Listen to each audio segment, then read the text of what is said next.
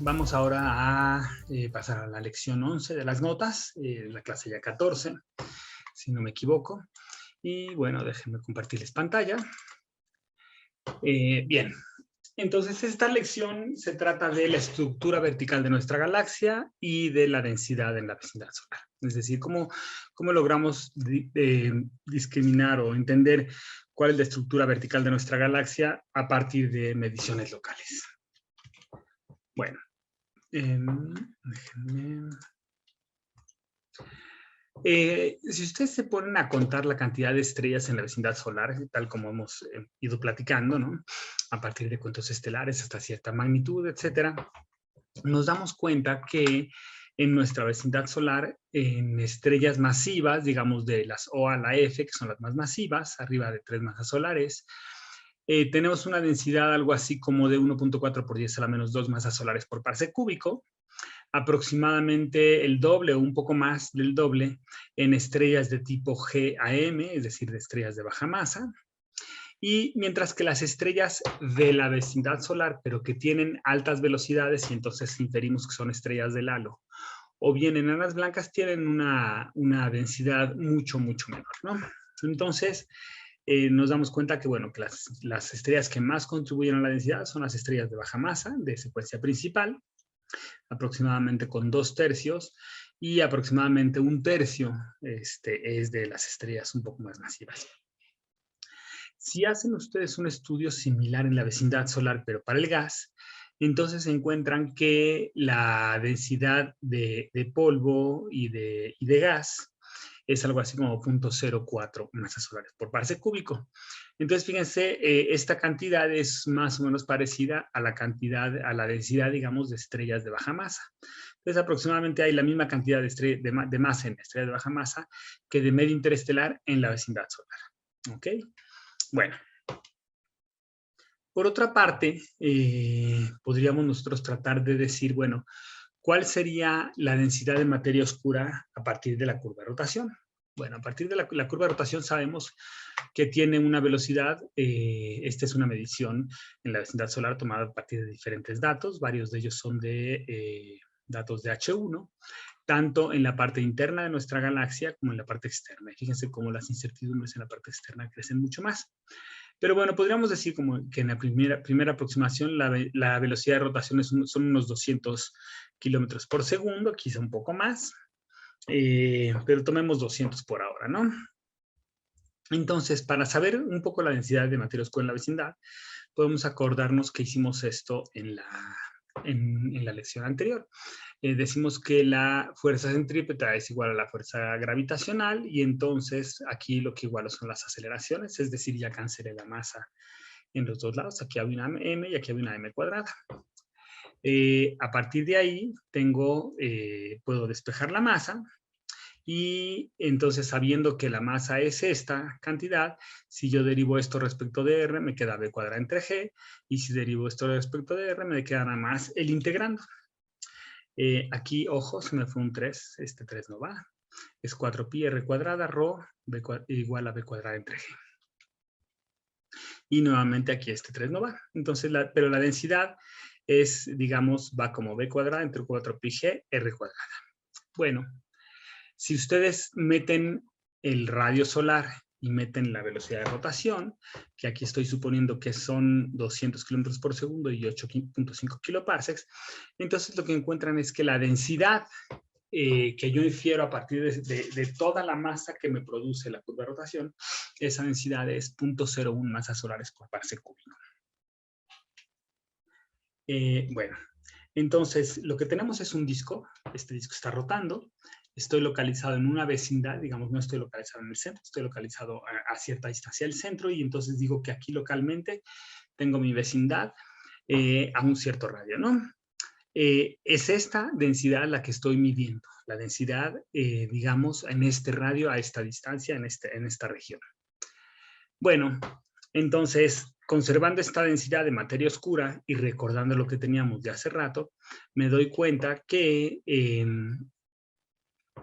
aproximadamente, digamos, aquí tengo 3.6 más 1.4, me da 5.05, más 0.04 me da 0.09, más 0.01 me da 0.1.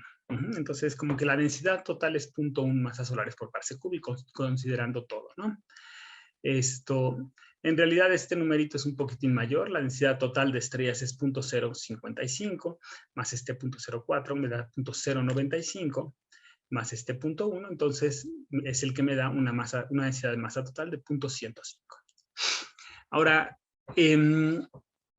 quizá algunos de ustedes ahorita ya estén preguntando que por qué este número es tan pequeñito y es más pequeño que la densidad de materia bariónica. Fíjense que la densidad de materia bariónica es 0.09 en total.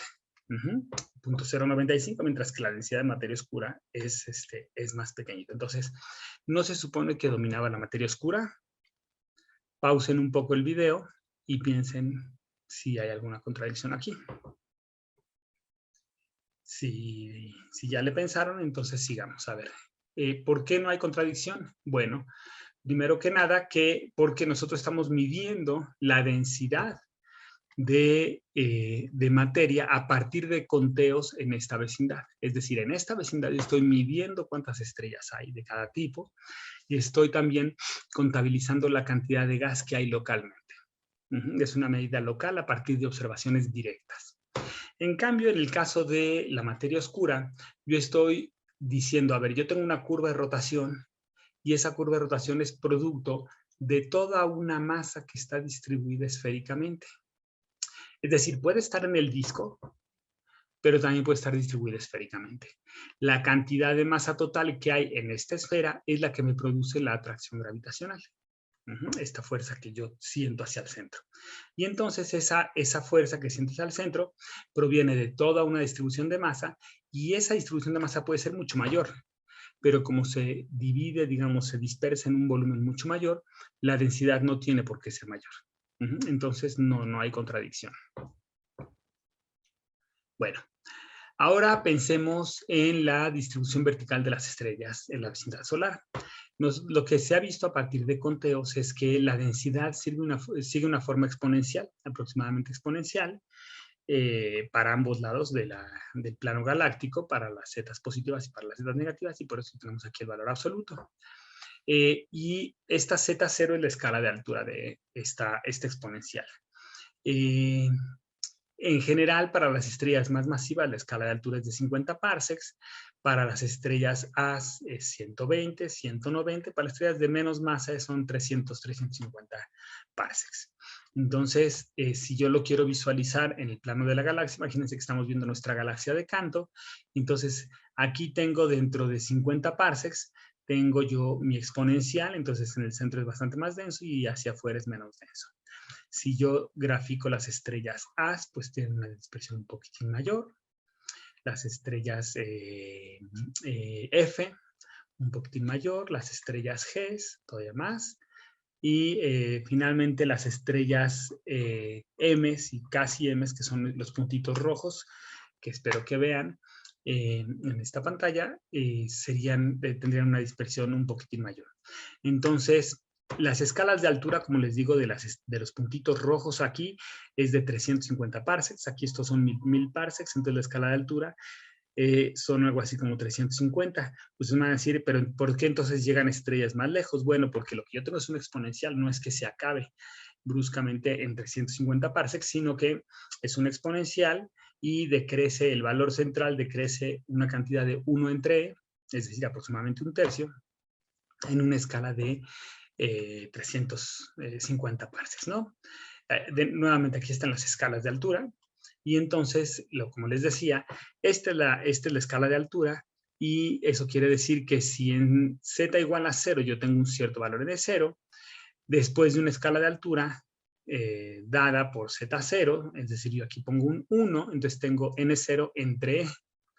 Entonces la escala de altura presente me dice a qué distancia z decrezco esta cantidad por un valor 1 entre e. Bueno, en esta secuencia yo tengo que la masa aumenta de estas estrellas hacia acá y que el tiempo en secuencia principal decrece inversamente, ¿no? Entonces, las estrellas más masivas viven menos tiempo y las estrellas de menos masa viven más tiempo. Y entonces, una cosa que nos hemos dado cuenta gracias a las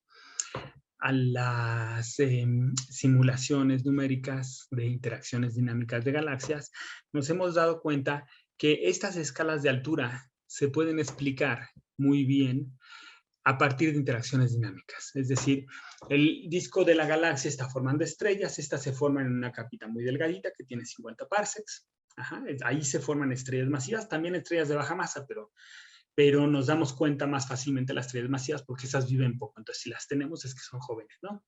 La cosa es que en el plano del disco, muy cerca del centro, de z igual a 0, se forman las estrellas. Hay masivas y no masivas. Y estas se van dispersando conforme va pasando el tiempo. Se dispersan porque pasan unas cerca de otra, cerca de un cúmulo, cerca de un brazo. Todo esto van haciendo interacciones y va haciendo que las estrellas se empiecen a dispersar y empiecen a engordar el disco. Entonces, por eso las estrellas más jovencitas tienen escalas de altura más pequeñas, mientras que las estrellas más viejas, acuérdense que esto es típicamente el tiempo en secuencia principal, las estrellas M, cuando yo veo una población de estrellas M, claro que puede haber estrellas jóvenes, pero también va a haber estrellas viejas, lo cual no ocurre en el caso de las estrellas O. Entonces, en el caso de las estrellas M, les ha dado más tiempo de dispersarse y estas escalas de altura más o menos las podemos explicar con interacciones dinámicas con los brazos, con otros cúmulos, etc. Ahora, estas escalas de altura corresponden al disco delgado. En realidad, verticalmente nuestro disco tiene más estructura. Para ponerles la gráfica, tenemos aquí lo que sería la exponencial del disco delgado, pero estos son conteos, digamos, es la densidad espacial en escala logarítmica, y entonces, dado que aquí tengo log y aquí tengo lineal, una línea recta lo que me representa precisamente es una exponencial. Piénsenlo de esta otra manera. Si ustedes sacan log y log, aquí les queda log de densidad, que es lo que tienen en el eje Y, y aquí al sacar log del exponencial se les cancela log con next y tienen una escala lineal, que es lo que tenemos en el eje Z, perdón, en el eje X, que representa el eje Z vertical de la galaxia. Ok, eso para decirles que una línea recta en este plano log-lin es una exponencial. Bueno, entonces lo que tenemos aquí es en realidad la suma de dos exponenciales. Esta es justo la tabla que les acabo de mostrar. Las estrellas de alta masa, perdón, las estrellas del disco delgado tienen una escala de altura aproximadamente como de 350 parsecs. Sin embargo, no es lo único que hay. También hay un disco más gordo que tiene una escala de altura como de 1000 parsecs, de 1000 a 2000 parsecs. Es un disco mucho más extendido, pero también a la vez mucho menos denso. Fíjense cómo las densidades son menores. La diferencia entre esto y esto es algo así como un factor de 50. Entonces, 50 veces menos denso. Bueno. Este otro disco grueso no puede explicarse de la misma manera que el disco delgado. El disco delgado, como les digo, se puede explicar mediante interacciones dinámicas de la propia galaxia, es decir, de las estrellas entre sí, y de las estrellas con brazos, y de las estrellas con nubes, y de las estrellas con cúmulos. Eso sí, me puede explicar esta escala de altura. Sin embargo, para engordar este disco, en un disco delgado, en un disco grueso, se necesitarían mucho más interacciones o mucho más tiempo. Entonces, las interacciones de la propia galaxia, de la galaxia solita, no explican el disco grueso. No hay tiempo para esto. O sea, nuestra galaxia no ha vivido tanto tiempo como para explicar la existencia de un disco grueso a partir de interacciones. Entonces, ¿qué otra razón puede ser? Bueno, una manera de pensar en esto es, ¿qué tal si estudiamos las metalicidades? Si podemos descubrir algo interesante al respecto. Y bueno, lo que nos damos cuenta es que hay una diferencia en metalicidades.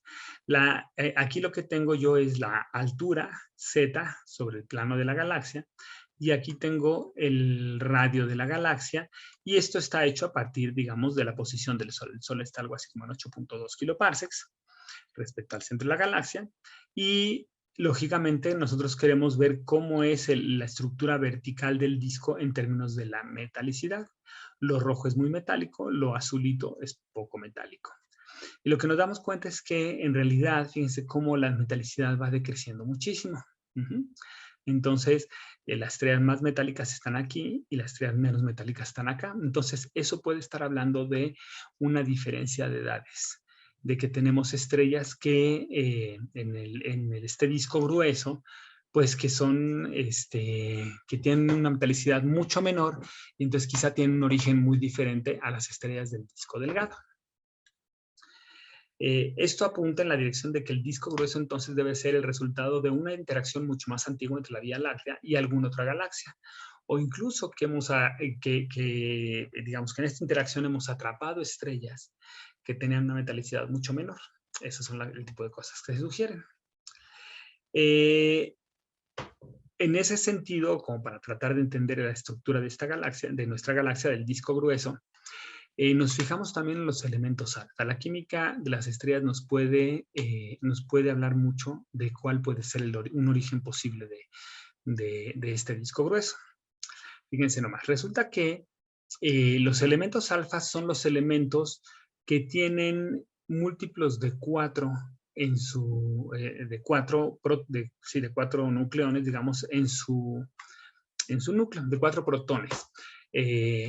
Acuérdense que el helio tiene 4 partículas en su núcleo, entonces las partículas alfa, que son estas partículas con 4 nucleones, pues son núcleos de helio, y entonces resulta que tenemos algunos elementos que tienen precisamente múltiplos de 4 en su núcleo. Y entonces, curiosamente, las estrellas que tienen una alta concentración de elementos alfa, es decir, alta concentración de magnesio, silicio, calcio, titanio, azufre, argón y calcio, que se ve que lo repetí, son metales creados en explosiones de supernova tipo 2, es decir, en estrellas de masa alta, es decir, en estrellas jóvenes. ¿Esto de qué nos habla? Pues de que si yo encuentro una alta concentración de elementos alfa en una región del disco, debe ser porque que este disco se creó a partir de la formación estelar. Mientras que si tengo una baja formación de elementos alfa, probablemente sean estrellas que se crearon hace mucho y no necesariamente en eventos de formación estelar recientes. ¿Por qué? Bueno, porque cuando tenemos alta concentración de elementos alfa, pero alta concentración de fierro, de la metalicidad de fierro, entonces estos sabemos que son metales creados en supernovas tipo 1A, es decir, en enanas blancas. Para que se entienda esto un poco más, pensemos aquí en las abundancias típicas de la vecindad solar como función del número atómico, del número Z atómico, ¿no? Este es el número de protones que hay en el núcleo. Entonces tenemos el hidrógeno, tiene un protón, el helio tiene 2 protones, y luego tenemos estos, fíjense cómo los elementos están arriba, abajo, arriba, abajo, arriba, abajo, arriba, abajo, ¿no? Uno y uno, uno y uno. Y justamente estos que están por acá arriba son precisamente los elementos alfa. Son los elementos que tienen un múltiplo de 4, que son las partículas alfa, en su núcleo. El carbono tiene 12, el oxígeno tiene 16, el neón, si no me equivoco, 20, el silicio 28, etc. Bueno, entonces estos elementos son precisamente las partículas alfa. Tienen 4 nucleones. Ahora, como sabemos, las estrellas masivas pues convierten su hidrógeno en helio, y luego su helio en carbono, oxígeno, etcétera, y van produciendo todos estos elementos hasta que llega un momento en el que convierten todo en fierro y explotan como supernovas. Bueno, esas estrellas precisamente crearon todos estos elementos. Por eso decimos que cuando tenemos una alta concentración de estos elementos, provienen de estrellas masivas. Es decir, hubo formación estelar en esa región. En cambio, si mi población es principalmente de estrellas de baja masa, pues estos elementos no los produzco. No los produzco, pero las estrellas de masa baja, binarias, Lo que sí pueden hacer es que de repente, como son binarias, la de mayor masa crece, le transfiere masa a la otra, termina como enana blanca, y luego la otra que ganó masa crece, evoluciona más rápido de lo que debía evolucionar porque ganó masa. De nuevo crece, le transfiere masa a la anterior, y la anterior, que ya es una enana blanca, de repente recibe mucha masa, no la soporta, explota, y eso me hace que yo tenga una explosión de supernova donde no se produjeron muchos elementos alfa, precisamente porque es una estrella de baja masa. Sí se produce fierro, pero no se producen los elementos de por acá.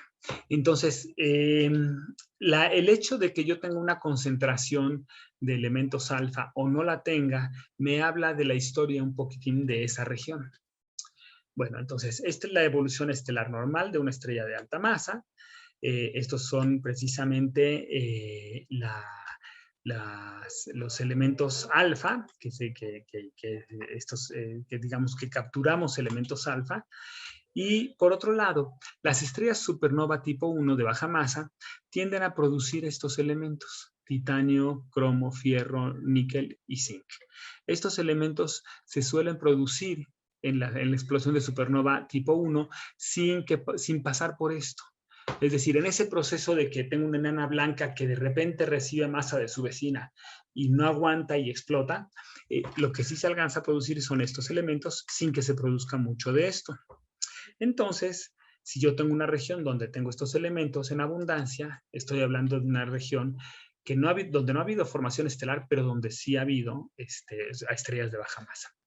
Entonces, ¿qué pasa con nuestra vecindad solar y con las estrellas de nuestro disco, ¿no?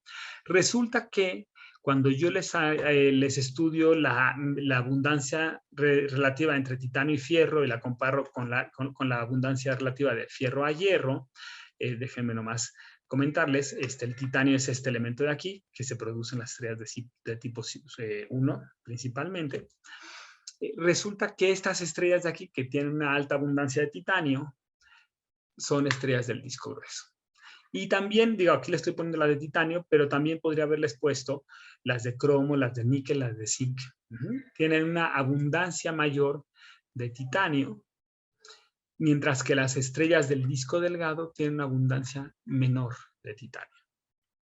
¿Qué quiere decir esto? Que el disco delgado es un disco que ha estado en continua formación estelar, mientras que el disco grueso no. El disco grueso formó sus estrellas y ahí ha estado, ¿no?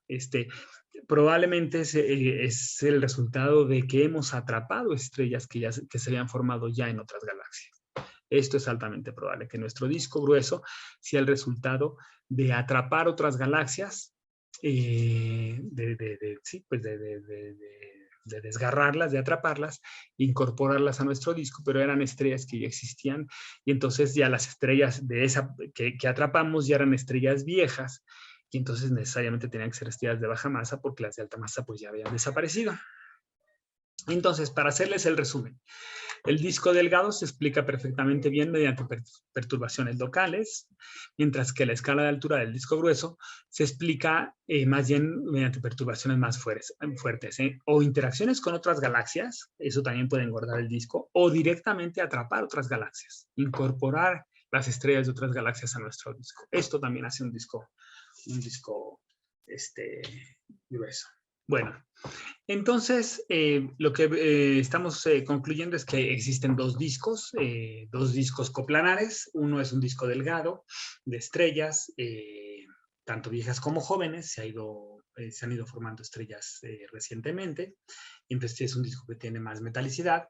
Y hay un disco más tenue y más gordo que tiene una metalicidad menor, y que bien podría ser el resultado de o interacciones con otras galaxias hace mucho, o bien que nos hemos atrapado estrellas de alguna otra galaxia en el pasado.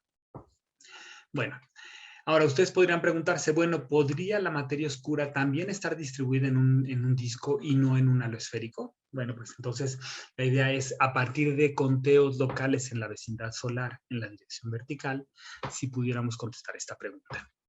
Entonces, lo que se ha hecho es que se ha estudiado la dispersión de velocidades en la dirección vertical, es decir, estos valores de las estrellas en la dirección vertical, y así como las escalas de altura, y a partir de ahí, integrando numéricamente, lo que se ha encontrado es que la cantidad de materia total para explicar estos movimientos de oscilación en la dirección vertical, se necesita una cantidad de materia de 71 masas solares por parse cuadrado. Es decir, la densidad columnar integrada debe de ser de 71 masas solares por parse cuadrado. Bueno, entonces, déjenme apartar esta frase por acá, porque vamos a regresar a ella. Y la hacemos chiquita, la separamos. Y recordamos entonces que nosotros tenemos un disco delgado principalmente es el que tiene mayor densidad, el disco grueso su densidad es mucho menor, y tenemos una densidad que decrece exponencialmente en este disco. Tenemos una densidad, esta densidad es una estructura vertical en densidad, y si nosotros integramos en esta dirección, lo que tenemos es esta ecuación. La densidad columnar es la integral en z, en esta dirección, de la densidad volumétrica. Y bueno, pues esta es una integral que va desde menos infinito a infinito, pero si la estructura es simétrica en z, entonces podemos poner 2 veces y la mitad de la integral, solamente de 0 a infinito. Y dado que es una exponencial, esta se integra de manera bastante fácil y evaluando en los límites, lo que tenemos es un 2n0z0. Ahora, si yo les digo, bueno, calculen ustedes las densidades columnares a partir de los datos que conocen, de las escalas de altura y de las densidades centrales, entonces ustedes concluirían que el disco delgado tiene algo así como una densidad superficial de 30 masas solares por parse cuadrado, el disco grueso de 2, las enanas blancas de 3, en fin, el total de estrellas es algo así como 36, mientras que el medio interestelar tiene otras 13 masas solares por parse cuadrado. Y esto me da un total de 49 masas solares por parse cuadrado. ¿Ok? Ahora, este 49 masas solares por parse cuadrado, ¿cómo se compara con el valor que yo inferí a partir de los movimientos de las estrellas en la dirección vertical? Entonces recuperamos nuestra frasecita. Déjenme entonces de regresarla a su lugar original, expandirla, y entonces teníamos que lo que deducimos a partir de los movimientos oscilatorios de las estrellas, es decir, a partir de su dinámica, es 71 masas solares por parse cuadrado. Entonces nos faltan algo así como 22 masas solares por parse cuadrado. Bueno, si ustedes recuerdan entonces, nosotros teníamos que la densidad que inferíamos a partir de un halo esférico, a partir de la curva de rotación, lo que decíamos era que la densidad tenía que ser algo así como 0.01 masas solares por parse cúbico. Esta es la densidad volumétrica. Ahora, al radio solar, pues podemos integrar de menos un parsec a menos un kiloparsec a más un kiloparsec, o de menos 2 a menos 2, y es más o menos este valor. Es decir, esta estructura es un valor local en la vecindad solar. Entonces, por supuesto que cerca del centro no se vale, muy lejos del radio solar no se vale, pero en la vecindad solar, en la dirección vertical, podemos considerarlo razonablemente constante y meterlo en esta integral. Y entonces la integramos aquí. Claro que en este caso no podemos integrar de 0 a infinito, sino que integramos, pues, entre más menos un kiloparsec, ¿no? Y entonces lo que tenemos es 2 veces la densidad si integramos de 0 a 1 kiloparsec, pues tenemos esto de aquí, y eso me da precisamente 20 masas solares por parse cuadrado. Entonces, justo este 20 masas solares por parse cuadrado es lo que me falta precisamente para poder explicar este 71 masas solares por parse cuadrado a partir de la cinemática y la dinámica de las estrellas. Entonces, esto lo que sugiere es que, en efecto, una distribución esférica de materia oscura es perfectamente consistente con la dispersión de velocidades vertical de las estrellas. Y entonces, digamos, completa esta materia oscura, estas 20 masas solares por parse cuadrado, es justamente lo que nos falta respecto a la materia bariónica, y entonces incluso la dispersión de velocidades en la dirección vertical explica perfectamente bien, es perfectamente bien explicada por la suma de materia bariónica más materia oscura. En resumen, bueno, nuestra galaxia tiene un disco delgado, estamos nosotros en una cierta posición respecto a al centro de la galaxia. Además hay un disco que es más grueso, aquí lo pinté más cortito, pero también se extiende, no necesariamente se tiene que extender más en la zona más central. Tenemos un halo de materia oscura que es esférico, y hasta ahorita esto es lo que sabemos de nuestro disco, ¿no? Bueno, falta quizá aquí pintar ahora sus espirales, pero también vamos a regresar a ellos más adelante. Por lo pronto, aquí queda la clase. Gracias.